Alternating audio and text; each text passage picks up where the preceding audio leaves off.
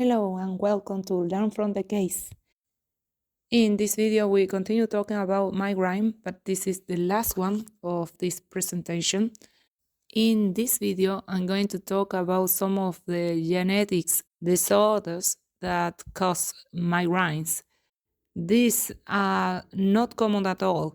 The common thing is the other type of migraine, which, although it has genetics components, is not a genetic disorder because there is no associated gene for migraine, in the same way as the syndromes that I'm going to mention in a moment. Furthermore, the most common type of migraine is affected by environmental factors and lifestyles than by the genetic component. Well, let's talk about these disorders a little bit, very briefly in this video. And in case you are interested in knowing a little bit more about CADASIL, I want to inform you that I already have 2 specific videos about CADASIL on this channel. Familial hemiplegic migraine.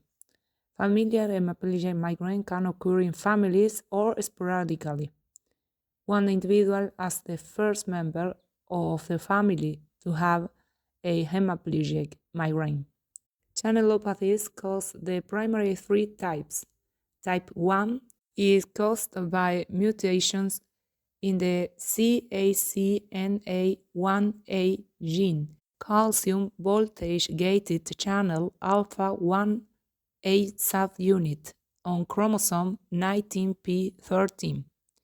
Type 2 is caused by mutation in the ATP1A2 gene, ATPase sodium-potassium transporting alpha 2 subunit on chromosome 1q23. Type 3 is caused by mutation in the SCN1A gene, sodium voltage-gated channel type 1 alpha subunit. Mutations in the PRRT2 proline-rich transmembrane 2 gene are recognized as a possible cause. PRRT2 gene encodes a protein that interacts with the SNAP25 synaptosomal nerve-associated protein 25, which may play a role in voltage-gated calcium channel regulation. Mutations in the SLC4A4 solute carrier family 4 member 4 gene have also been associated with familial forms of migraine, often present in the first or second decade of life. Clinically, it is characterized by the presence of motor weakness and aura.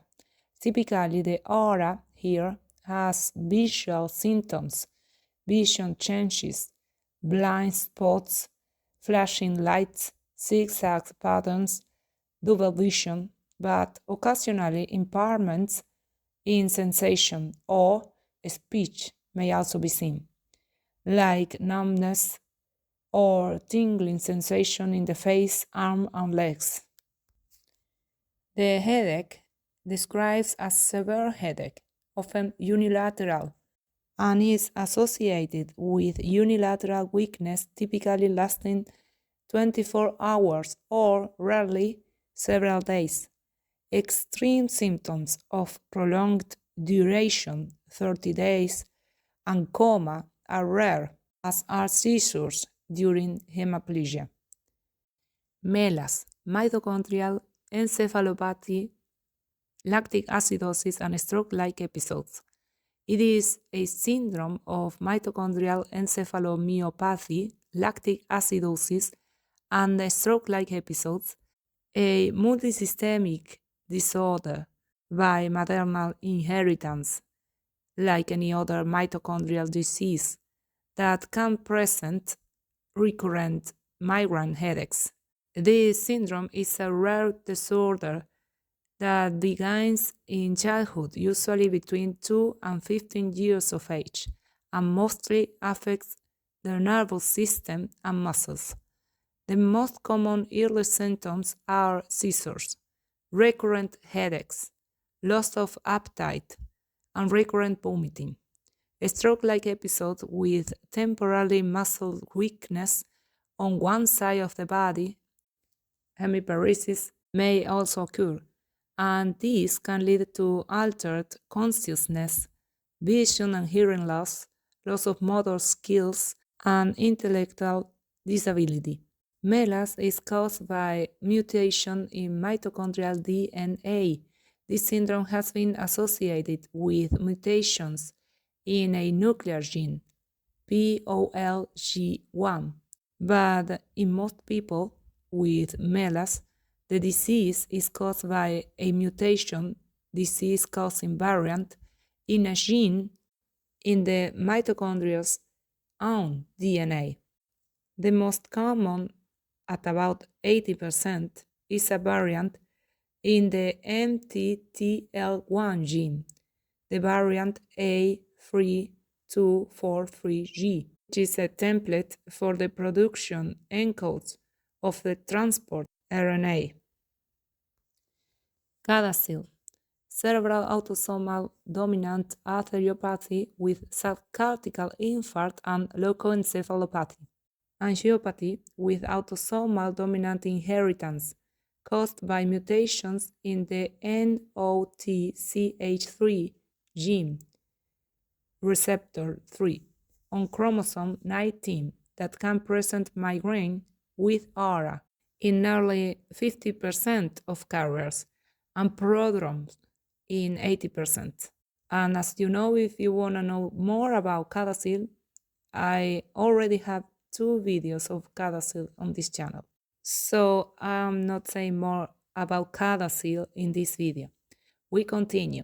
RBCL, retinal vasculopathy with cerebral leukodystrophy, is angiopathy by C-terminal frame shift, mutation in TREX1, 3' repair exonuclease 1, present almost 60% of the cases.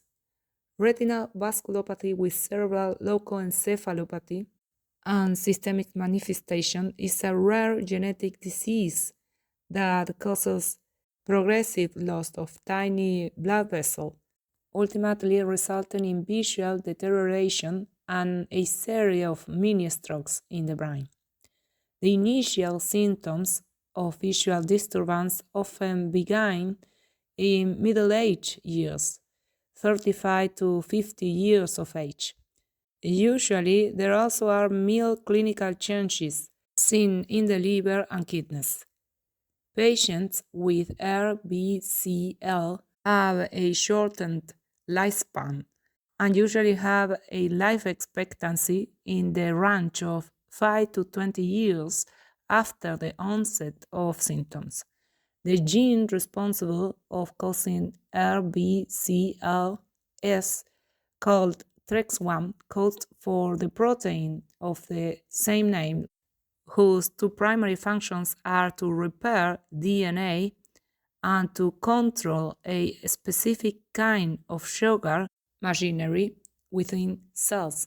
A mutation in about 25% of the TREX1 gene produces a shortened version of the protein that mislocalizes inside cells and in middle age leads to development of RBCLS. The disease is an autosomal dominant disorder, so one copy of the abnormal TREX1 gene leads to the disease, even though the other copy is normal. Diagnosis can be conclusively established by genetic testing of the TREX1 gene. Because of its rarity, this disease is often misdiagnosed as a brain tumor, multiple sclerosis, vasculitis, or disease of unknown origin. This may lead to unnecessary and often hazardous diagnostic procedures, such as multiple biopsies of the brain. Currently, there is no established therapy, Nevertheless, a phase 2 clinical trial is currently underway using an antibody drug that is already FDA approved in US for another rare disease that affects a small blood vessel. HERNS, HERNS, hereditary endotheliopathy with retinopathy, nephropathy, and strokes. The main hereditary vascular conditions involving both retinal and cerebral vessels include cerebroretinal vasculopathy, or HERNS, hereditary endotheliopathy with retinopathy, nephropathy, and strokes. All are linked to the same locus on chromosome 3p21. Hereditary retinal arteriolar tortuosity is a distinct autosomal dominant condition characterized by retinal arteriolar tortuosity and recurrent retinal hemorrhages. This condition is known to affect only retinal vessels. Genetic linkage analysis strongly suggests that this disorder is not linked to the 3p21 hereditary vascular retinopathy, cerebroretinal vasculopathy HERNS locus. The authors describe a novel hereditary autosomal dominant condition affecting both retinal and cerebral vessels and characterized by infantile hemiparesis, migraine with aura, retinal hemorrhage, retinal arterial tortuosity, and leukoencephalopathy, with dilatation of perivascular spaces and microbleeds on brain MRI. Investigations of additional families should help to map the gene and to better categorize the spectrum of hereditary cerebroretinal small vessel diseases. HIHRATL, hereditary infantile hemiparesis, retinal arterial tortuosity, and leukoencephalopathy. Autosomal dominant vascular retinopathy with cerebral leukodystrophy and perhaps an embryonic syndrome that includes patent foramen oval, a disorder caused by mutation of COL4A1 located on chromosome 13, encoding the alpha-1 chain of type 4 collagen. In the presence of this vasculopathy, the cerebral vessels usually show a destruction of the basal membrane, an enlargement of the endothelial cells, although the pathophysiological mechanism linking these genetic vasculopathies to migraine are still unknown. Only a few cases of families with this pathology have been published. They have not been studied systematically, but they appear to mimic migraines with aura. And with this last, we end this migraine presentation. As always, you are welcome to leave me your comments or questions. Thank you for your attention and be very, very well.